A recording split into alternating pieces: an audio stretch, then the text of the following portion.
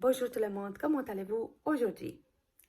Est-ce que vous voulez savoir quelles sont les top 3 raisons pour lesquelles la majorité des coachs ne réussissent pas dans leur activité?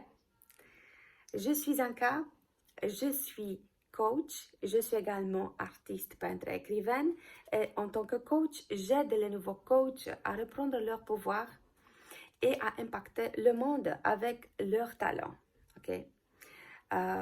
Voilà, donc j'ai travaillé avec plusieurs coachs. Moi-même, j'ai travaillé avec des coachs américains, avec des coachs français, avec des coachs canadiens.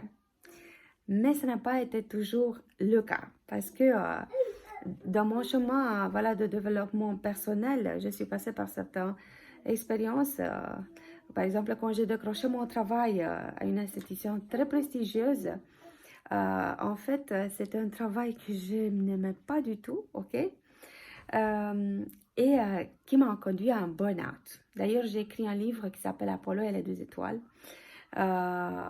qui parle de tout ça, sous forme d'un roman. Et puis, je suis passée par une expérience, en fait, la naissance, quand j'ai accouché la première fois, un de mes enfants est parti. Et ça m'a vraiment réveillée. Ça m'a réveillée et ça m'a fait prendre la décision de me former au développement personnel. Ça a été vraiment pour moi, comme on dit en anglais, un breakthrough. Donc, ça a été vraiment le moment où j'ai commencé à me réveiller très intensément. J'ai commencé à me former en développement personnel, puis à conscientiser certaines addictions que j'avais euh, et aussi une faible estime de soi. Et aussi le fait que j'assumais pas mon identité. J'assumais pas le fait que j'étais artiste, que j'étais peintre, que j'étais écrivaine. Et je me suis rendu compte que je dois guérir tout ça, ce que j'ai fait. Donc voilà, je croyais pas que c'était possible, mais ça a été fait. Donc c'est vraiment possible de guérir tes addictions, c'est vraiment possible de assumer ton identité. Parce que ça, c'est tellement important. Ça, c'est tellement important. Et parfois, on ne se rend même pas compte. OK? Parfois, on ne se rend pas compte combien important c'est tout ça. Parce que tu peux faire tout à la perfection, la technique et tout. Mais si tu commences à bloquer quelque part, tu te rends même pas compte. Eh ben, sache que c'est le mindset, les croyances limitantes qu'il faut vraiment revoir. Et ça a à faire avec des choses à guérir. OK? Donc, voilà, depuis, je me suis formée en coaching. Depuis, voilà, j'aide les nouveaux coachs à reprendre le pouvoir et à impacter le monde avec leurs talents. Mes clients sont des actrices, sont des musiciens. J'ai eu des clients aussi, personnes qui ont beaucoup de talents spirituels. Voilà. Donc, maintenant, si on peut parler, si on parle des top 3 raisons pour lesquelles la majorité des coachs ne réussissent pas, c'est quoi en fait? La première raison, c'est le mindset, donc sont les croyances limitantes. Ça, c'est vraiment, je pense, la première raison, ok? Parce que, comme je disais tout à l'heure, parfois on peut faire tout à la perfection, mais à un certain moment, on bloque et en fait, c'est à cause des croyances limitantes, à cause d'une faible estime de soi, à cause des choses qu'il faut guérir. C'est ça les croyances limitantes, ok? La deuxième raison, c'est le manque d'alignement avec son activité. Parce que tu peux, par exemple, voilà, tu as entendu que l'activité X, voilà, ramène beaucoup d'argent, ok? Et tu commences voilà, à construire quelque chose pour cette activité.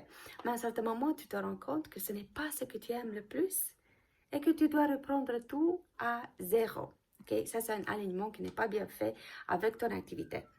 Et la troisième raison, je pense qu'en fait, c'est le manque de motivation permanente. Parce qu'évidemment, pour construire une activité online, une activité de coach, c'est important d'être persévérant. Ça ne va pas se passer du jour au lendemain que tu vas avoir des résultats.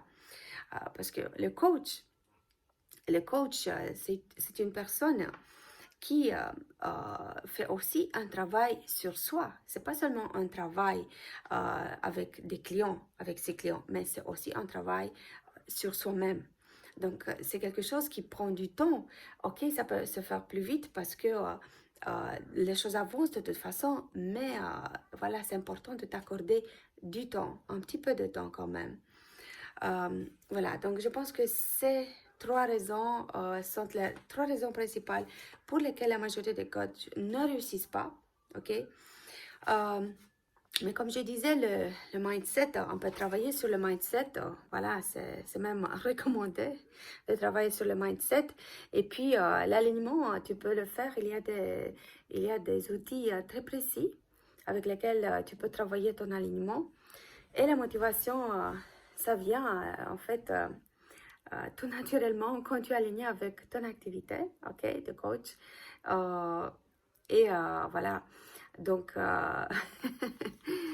donc ça, c'est les trois raisons principales pour lesquelles les coachs, la majorité des coachs ne réussissent pas dans leur activité. Voilà, donc si ça résonne avec toi, ce que je parle, j'offre quelques sessions stratégiques dans lesquelles on va aller en détail sur tout ça. On va parler plus en détail de ta vision. Voilà, donc si tu as aimé cette vidéo, tu peux liker cette vidéo, ok? Et tu peux également t'abonner à cette merveilleuse chaîne YouTube. Et alors, j'attends tes commentaires et tes suggestions. Et n'oublie pas que tu peux booker ta session stratégique avec moi. Et je te dis à très bientôt.